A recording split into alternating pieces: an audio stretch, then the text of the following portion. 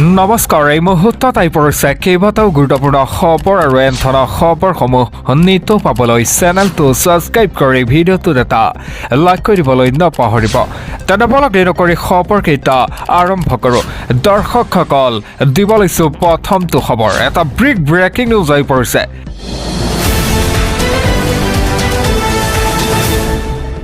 ইয়তত উঠাৰ আগলৈকে জুবিন গাৰ্গৰ শৰীৰত নাছিল সুৰা। ছিংগাপুৰৰ পৰা আহিল এটা ডাঙৰ খবৰ। প্ৰৱাসী অসমীয়াইহে নিচাসক্ত কৰি তুলিছিল জুবিন গাৰ্গক। দিব লৈছে এটা ব্ৰেকিং নিউজ। জুবিনৰ মৃত্যুক লৈ ছিংগাপুৰৰ পৰা আহিল এটা ডাঙৰ খবৰ। ইয়তত উঠাৰ পূৰ্বেই সুৰাপান কৰা নাছিল জুবিনে। প্ৰৱাসী অসমীয়াৰ লগতহে জুবিনে সুৰা সেৱন কৰাৰ তথ্য আহি পৰিছে। যোৱাকালি সম্পূৰ্ণ হোৱা কৰ্ণাছ কৰ্টৰ শুনানিত প্ৰকৃত তথ্য পোহৰলৈ আহে। আজি পুনৰ ছিংগাপুৰৰ কৰ্ণাছ কৰ্টত আজি শুনানি আছে। জেৰাৰ সন্মুখীন ছিংগাপুৰৰ প্ৰৱাসী অসমীয়া। অসম আৰক্ষীৰ SITৰ জেৰাৰ পৰা সাৰি গৈছিল প্ৰৱাসী অসমীয়া। এটা 14 জানুৱাৰীত কৰ্ণাছৰ কৰ্টত হৈছিল প্ৰথমটো শুনানি। প্ৰথমটো শুনানিত ছিংগাপুৰ আৰক্ষীয়ে দাখিল কৰিছিল তদন্তৰ প্ৰতিবেদন। এটা মৰণোত্তৰ পৰীক্ষাত ধৰা পৰিছিল অত্যাধিক সুৰাপান কৰা। কৰ্ণাছ কৰ্টত এতিয়া ন্যায়াধীশ আদাম নুখুদাই গ্ৰহণ কৰিছে। সাক্ষ্য গ্ৰহণ কৰিছিল প্ৰৱাসী অসমীয়াক ৰূপকমল কলিতা ইয়তৰ কেপ্টেইন চুইকক কিয়ঙৰ বিস্ফোৰক সাক্ষ্য প্ৰদান কৰে। এটা সুৰাসত্ব কৰাই প্ৰৱাসী অসমীয়াই জুবিনক এৰি দিছিল সাগৰত সাঁতুৰিবলৈ। সন্মুখত বিপদ দেখিও বাধা দিয়া নাছিল প্ৰৱাসী অসমীয়াকেইজনে। এটা কৰ্ণাছৰ কৰ্টৰ শুনানিত উপস্থিত জুবিনৰ খুৰাক আৰু ৰাহুল গৌতম শৰ্মা। প্ৰৱাসী অসমীয়াক তদন্তৰ আওতালৈ আনিবলৈ এতিয়া আবেদন জুবিনৰ খুৰাকৰ। দ্বিতীয়টো শুনানিত প্ৰৱাসী অসমীয়াসহ 35 জনৰ ল'ব সাক্ষ্য। জুবিনৰ মৃত্যুক লৈ এতিয়া ছিংগাপুৰৰ পৰা ডাঙৰ খবৰ আহি পৰিছে। পৰৱৰ্তী খবৰ। এটা ব্ৰেকিং নিউজ আহি পৰিছে। ৰাজ্যত পুনৰ ভূমিকম্পৰ জোকাৰণি। আপোনাৰ অঞ্চলত কম্পন অনুভূত হৈছে নেকি?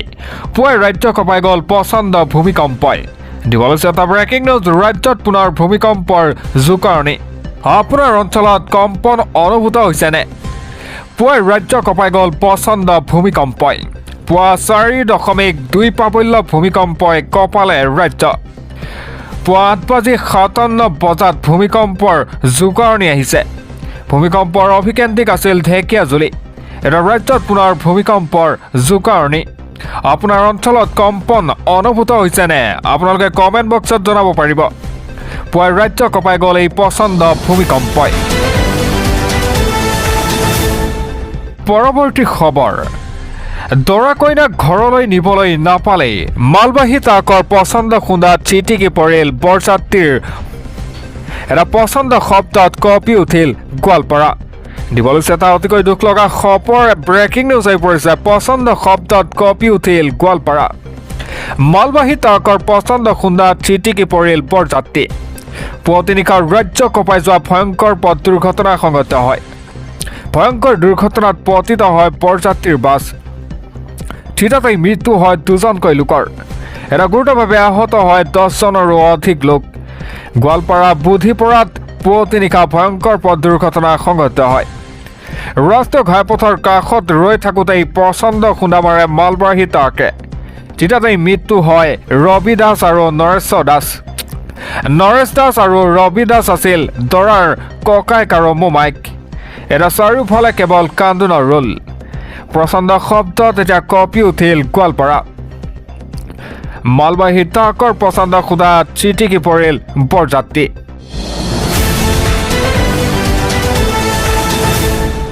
পৰৱৰ্তী খবৰ। এটা ব্ৰেকিং নিউজ আহি পৰিছে। চিজনগামৰ পৰাই নিৰ্বাচন খেলিব এতিয়া ৰেজাউল কৰিম চৰকাৰে।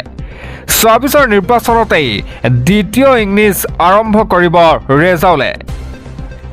সংখ্যালঘু হৈ ৰাজনৈতিক মঞ্চত যুঁজ দিয়াৰ সিদ্ধান্ত লৈছে ৰেজাউল কৰিম চৰকাৰে। দিব লৈছে এটা অতিকৈ গুৰুত্বপূৰ্ণ খবৰ। চিজনগামৰ পৰাই নিৰ্বাচন খেলিব এতিয়া ৰেজাউল কৰিম চৰকাৰে। আনুষ্ঠানিক ঘোষণা কৰে আমচুৰ প্ৰাক্তন সভাপতি কংগ্ৰেছ ত্যাগী ৰেজাউল কৰিম।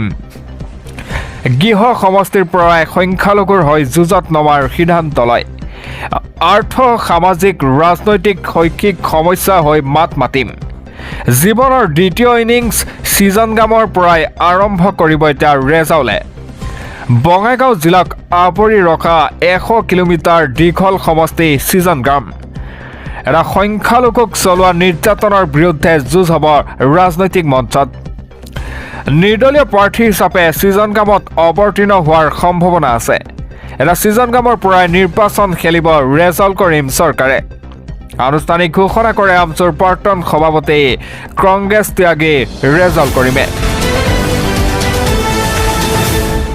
পৰৱৰ্তী খবৰ 12 ফেব্ৰুৱাৰীত এতিয়া 24 ঘণ্টাৰ বাবে অচল হৈ পৰিব অসম 24 ঘণ্টীয়া বন্ধৰ ঘোষণা এতিয়া অসমত মটৰ শ্ৰমিক সন্থাই এই বৃহৎ ঘোষণা কৰে সবিশেষ জনাই আছো আপোনালোকক এটা ব্ৰেকিং নিউজ আহি পৰিছে 12 ফেব্ৰুৱাৰীত অসমত হ'ব এতিয়া 24 ঘণ্টীয়া চকা বন্ধৰ ঘোষণা এদিনৰ বাবে স্তব্ধ হৈ পৰিব অসমত যাতায়াতৰ ব্যৱস্থা মটৰ শ্ৰমিক সংগঠনসমূহৰ যৌথ মঞ্চৰ এই ঘোষণা ইপিনে 12 ফেব্ৰুৱাৰীত সৰ্বভাৰতীয় ধৰ্মগত কাৰ্যসূচীও ঘোষণা কৰে শ্ৰমিকৰ অধিকাৰ আৰু প্ৰাপ্য বিচাৰি ৰূপায়ণ কৰা হ'ব কাৰ্যসূচী বিজেপি চৰকাৰক কেইবাটাও দাবী জনাই মটৰ শ্ৰমিক সংগঠনে হিট এণ্ড ৰান শাস্তিমূলক আইনৰ বাতিলৰ এই আহ্বান জনায় শ্ৰম কোড বাতিলৰ দাবী ফিটনেছৰ ক্ষেত্ৰত হোৱা সমস্যা সমাধানৰো দাবী জনায় এয়াৰপোৰ্ট ৰেলৱে ষ্টেচনৰ পাৰ্কিং মাচুলৰ সমস্যাও সমাধানৰ দাবী জনায়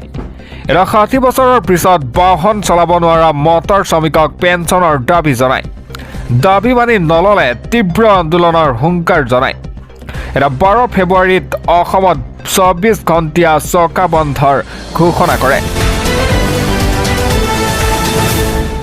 পৰৱৰ্তী খবৰ অসমক ইছলামিক ৰাষ্ট্ৰলৈ ৰূপান্তৰিত কৰাৰ লক্ষ্য এতিয়া আমচুৰ বাংলাদেশীৰ ৰক্ষক আমচু প্ৰয়োজনত আমচুৰ বিৰুদ্ধে লোৱা হ'ব এতিয়া কঠোৰ পদক্ষেপ সিতু বৰুৱাৰ এই বিস্ফোৰণ দেখিবলৈ পোৱা গৈছে দিবলৈছে এটা ব্ৰেকিং নিউজ অসমক ইছলামিক ৰাষ্ট্ৰলৈ ৰূপান্তৰিত কৰাৰ লক্ষ্য এতিয়া আমচুৰ দৰে সংগঠনে কেতিয়াও অসমৰ বাবে ভাল চিন্তা কৰিব নোৱাৰে আমচুৰ লক্ষ্য উদ্দেশ্য নামনিৰ দৰে উজনিতো ম্যাৰ আগ্ৰাসন চলোৱা অসমক বাংলাদেশৰ লগত চামিল কৰাৰ চেষ্টা এতিয়া আমচুৰ মিয়াপ্ৰীতি থকা আমচুক জাতীয় সংগ্ৰামী সেনাই ভয় নকৰে প্ৰয়োজনত আমচুৰ বিৰুদ্ধেও লোৱা হ'ব এতিয়া পদক্ষেপ আমচুৰ প্ৰতিটো কামেই অসম বিৰোধী আমচুৰ নেতাসকলৰ উপৰিও পুৰুষ প্ৰব্ৰজনকাৰী আমচুক তীব্ৰ কটাক্ষ কৰি মহা বিস্ফোৰণ সিতু বৰুৱা বাংলাদেশীৰ ৰক্ষক হৈছে আমচু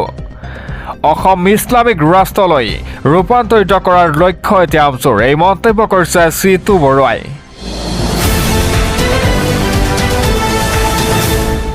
পৰৱৰ্তী খবৰ নিশা মুম্বাই বিমানবন্দৰত হাহাকাৰ পৰিস্থিতি দুখন বিমানৰ মাজত এতিয়া ভয়ংকৰ সংঘৰ্ষ হাহাকাৰ অৱস্থা দেখিবলৈ পোৱা গৈছে দিবলৈছে এটা ব্ৰেকিং নিউজ মুম্বাইত বিমানবন্দৰত এতিয়া হাহাকাৰ দুখন বিমানৰ মাজত ভয়ংকৰ সংঘৰ্ষ এয়াৰ ইণ্ডিয়া আৰু ইণ্ডিগো বিমানৰ উইৰং সংঘৰ্ষ টেক অফৰ সময়তে এই অনাকাংক্ষিত ঘটনাটো সংঘটিত হয় বিমানবন্দৰত উপস্থিত হৈছে DGCAৰ উচ্চ পদস্থ বিষয়া প্ৰথমতে প্ৰাণ ৰক্ষা পৰে দুয়োখন বিমানৰে শ যাত্ৰী এটা মুম্বাই বিমানবন্দৰত হাহাকাৰ অৱস্থা পৰৱৰ্তী খবৰ মিয়াৰ হকে মাত মতা ইউনুছ তামুলী জেল যাত্ৰা এতিয়া নিশ্চিত নেকি ইউনুছ তামুলীৰ বিৰুদ্ধে পুনৰ শিৱসাগৰত এজাহাৰ দাখিল কৰা হয় এজাহাৰ দাখিল কৰি জাতীয় সংগ্ৰামী সেনাৰ পুনৰ হুংকাৰ ইউনুছ তামুলীক দিবলৈছে এটা ব্ৰেকিং নিউজ মিয়াৰ হকে মাত মাতি এতিয়া বিপদত পৰিছে ইউনুছ তামুলীৰ বিৰুদ্ধে পুনৰ শিৱসাগৰত এজাহাৰ দাখিল কৰিছে এটা ইউনুছ তামুলীক আজীৱন জেলৰ ভিতৰত ৰখোৱাৰ দাবী জনায় জাতীয় সংগ্ৰামী সেনা শিৱসাগৰ সমিতিয়ে দাখিল কৰিলে এই এজাহাৰ এটা ইউনুছ তামুলীয়ে সাম্প্ৰদায়িক সংঘৰ্ষ লগোৱাৰ চেষ্টা কৰাৰ অভিযোগো উত্থাপন হয় শিৱসাগৰৰ শান্তি সম্প্ৰীতি বিনষ্ট কৰাৰ চেষ্টা কৰাৰো অভিযোগ এটা ইউনুছ তামুলীৰ বিৰুদ্ধে শীঘ্ৰেই ব্যৱস্থা গ্ৰহণৰ দাবী জনায় জন্তুৰ নামত সংগঠন খুলি ধমক দেখুৱাইছে ইউনুছ তামুলীয়ে শিৱসাগৰত শান্তি সম্প্ৰীতি বিনষ্ট কৰিবলৈ দিয়া নহ'ব ইউনুছ তামুলীক শিৱসাগৰত এজনো অবৈধ মিয়া থাকিব নোৱাৰিব বুলিও হুংকাৰ জনায় এটা মিয়াৰ হকে মাত মাতি বিপদত পৰিছে ইউনুছ তামুলী। ইউনুছ তামুলীৰ বিৰুদ্ধে পুনৰ শিৱসাগৰত এজাহাৰ দাখিল কৰা হয়।